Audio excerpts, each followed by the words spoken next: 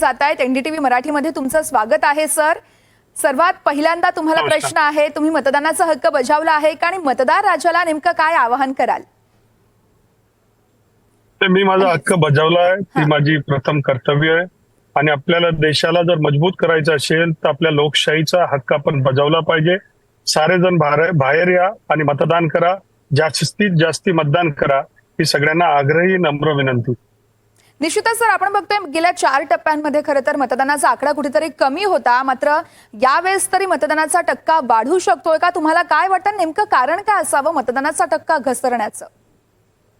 मी आता ग्रामीण भागात फिरलो आणि मतदान वाढतंय, लोकांमध्ये उत्साह आहे। ऊन थोडं कडक असल्यामुळे उन्हाचं एक मोठं कारण आहे की लोकांना उन्हामध्ये त्रास होतोय आणि त्यामुळे मतदानाचा टक्का घसरला होता। पण मला खात्री की आज मतदानाची टक्केवारी वाढेल आणि मोठ्या प्रमाणात मतदान होईल, मला खात्री आणि विश्वास आहे। सगळीकडे तशी परिस्थिती आणि आम्ही बूथवर जातोय तर तसं आम्हाला दिसतं देखील। निश्चितच जयकुमारजी, तुम्ही मतदान केलंय म्हणताय, यावेळेस नेमक्या कोणत्या मुद्द्यांना महत्त्व दिलंय? म्हणजे कोणते मुद्दे तुम्हाला महत्त्वाचे वाटतायत? मतदान करताना कोणत्या मुद्द्यांचा विचार करून तुम्ही मतदानाचा हक्क बजावलाय? देशाचा विकास हा सर्वोपरी आहे। खरं तर आपल्याला आता हे लोकशाहीतलं सर्वात मोठं केंद्राचं निवडणूक आहे आणि आपल्याला पार्लमेंटरी निवडणूकमध्ये देशाचं हित हे सगळ्यात महत्त्वाचं पाहिलं पाहिजे, स्थानिक विषय सोडून। म्हणून देशाचा हित पाहता विकासाकडे माननीय मोदी साहेबांकडे सगळ्यांनी पाहून मतदान केलंय। मागच्या 10 वर्षामध्ये देशामध्ये फार मोठी प्रगती झाली आहे आणि पुढच्या काळामध्ये देशाला 3ऱ्या नंबरची अर्थव्यवस्था बनायची असेल तर सगळ्यांनी एकत्रित येऊन मतदान केलं पाहिजे। इतर देशांबरोबर आपली स्पर्धा आहे, चायना बरोबर आपली स्पर्धा आहे। विशेषतः आमच्याकडे हा मुद्दा खूप गाजला की चायना जे आहे ते आपल्याला एक धोक्याची घंटी आहे। मागचे 1000 वर्षाचा इतिहास आपण बघितला आणि आज चायना ज्या वेगळ्या नजरेने भारताकडे बघते, सातत्याने भारताचा काही हिस्सा खेचण्याचा प्रयत्न करते। आर्थिक ते खूप मजबूत आहे, जगातली दुसरी अर्थव्यवस्था आहे आणि म्हणून चीनकडनं आपल्याला धोका आहे आणि तो वाचवायचा असेल तर देशात एक मजबूत सरकार पाहिजे, एक मजबूत पंतप्रधान पाहिजे आणि त्या दृष्टिकोनात आमच्या भागात मतदान होत आहे। निश्चितच तुम्ही सुरुवातीलाच म्हटलं की उष्णतेचा कुठेतरी मतदानाच्या टक्क्यावर परिणाम होतोय, मात्र तुम्हाला काय वाटतं मातदानाचा टक्का वाढण्यासाठी कशा पद्धतीने उपाययोजना करायला हव्यात?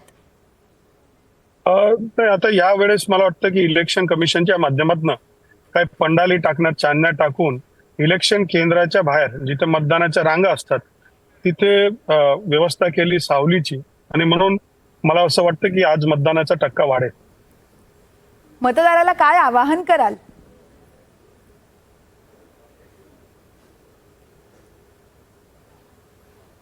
हॅलो, माझा आवाज येतोय का जयकुमारजी? मतदार म्हटलं, तुम्ही मतदान केलंय, तुम्ही मतदार राजाला नेमकं काय आवाहन कराल मतदान करताना?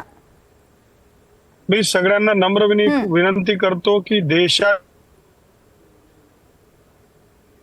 तर आपण पाहतोय काही तांत्रिक कारणांमुळे आपला आवाज त्यांच्यापर्यंत पोहोचू शकत नाहीये, मात्र जयकुमार रावल आपल्यासोबत सध्या लाईव्ह जोडले होते। आपण पाहतोय महाराष्ट्रात मतदान पार पडतंय। आपण पुन्हा एकदा जयकुमारजी यांच्याकडे जाऊयात।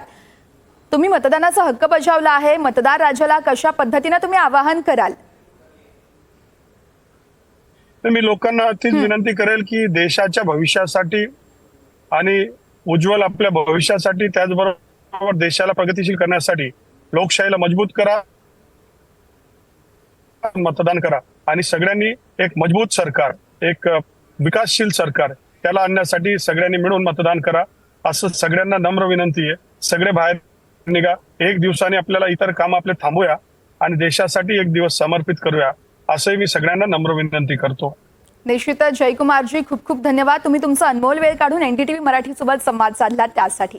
तर आपण पाहतोय 13 मतदारसंघात आपल्याला मतदान पार पडत असल्याचं पाहायला मिळतं। या